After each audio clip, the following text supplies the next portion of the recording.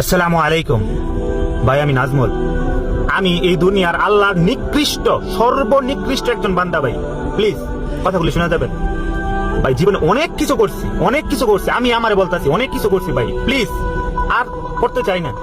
বাকি যে সময়টা আছে সোশ্যাল মিডিয়াতে আমরা অন্তত ভালো জিনিস ছড়াই, অযথা সময় নষ্ট না করে একজনকে বোঝানোর চেষ্টা করি কিংবা কেউ হেল্প করি অন্য কিছুর মাধ্যমে। ভাই সময় খুব কম বাকি আছে। যাদের ইমান শস্যের পরিমাণ ইমান আছে অন্তরে, তারা বুঝতে পারবে আমার কথাগুলো।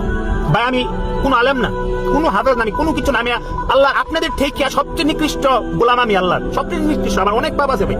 জাস্ট খালি এইটুক বলার জন্য আসছি সোশ্যাল মিডিয়াতে ভাই গান বাজনা এগুলা টোটালি বন্ধ করে দেন ভাই প্লিজ।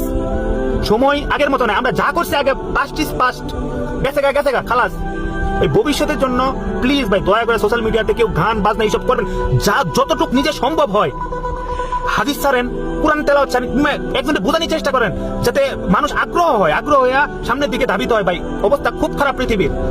যদি চিন্তা করেন ভাই, একমাত্র ইরান বাদে, বাংলাদেশ বাদে, মালয়েশিয়া, সিঙ্গাপুর, হাতে গোনা 4-5টা কান্ট্রি, মুসলমান কান্ট্রি বাদে সব কান্ট্রির দিকে যদি আপনি একটু ঠান্ডা মাথায় চিন্তা করেন ভাই, শেষ। ওরা জেনোসাইড করতেছে আমাদের সাথে। বোঝার চেষ্টা করেন ভাই, জেনোসাইড। আমরা মুসলমান। এই ভারতের অবস্থাটাই একটু কল্পনা করেন না। আর ভারতের অবস্থা বাদ দেন, আমাদের রোহিঙ্গাদের অবস্থা একটু কল্পনা করেন। যেগুলো মুসলিম রোহিঙ্গা আছে এইখানে পর্যন্ত আরাকান আর্মিরা প্রতিদিন আমাদের বোনের মতো অনেক মেয়েরে ধরে নিয়ে গিয়া ওরা ধর্ষণ করতেছে, অপহরণ, অনেক কিছু করতেছে আমরা জানিও না। আমাদের উপর যতক্ষণ পর্যন্ত না পড়বে ততক্ষণ ওই ফিল্ড আমরা পাবো না ভাই। বুঝার চেষ্টা করেন। এর আগে আমি বলতেছি ভাই, এসব থেকে খাস দিলে তো অবাক করেন আল্লাহর কাছে, সবকিছু মাফ চান, বলেন যে আল্লাহ আমি পাপী, আমার সাহায্য করো তুমি, তোমার সাহায্য দরকার আমার।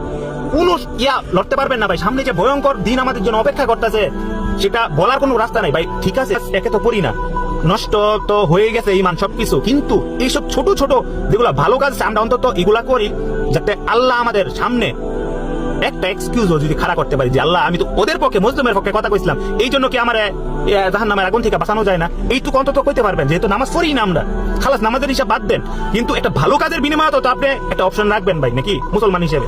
প্লিজ ভাই। আর সোশ্যাল মিডিয়াতে বেহায়াপনা ছাড়েন না। যারা ছাড়ে তাদের বুঝান, নিজে ভালো চলেন, অন্যদেরকে চেষ্টা করেন আনার জন্য, এগুলা বুঝানোর জন্য। ঠিক আছে, হাদিস ছাড়েন যাতে সবাই একত্রিত হয়, সামনে কিভাবে চলতে হবে আমাদের এগুলা বুঝে। প্লিজ ভাই, দুনিয়ার অবস্থা ভালো না ভাই।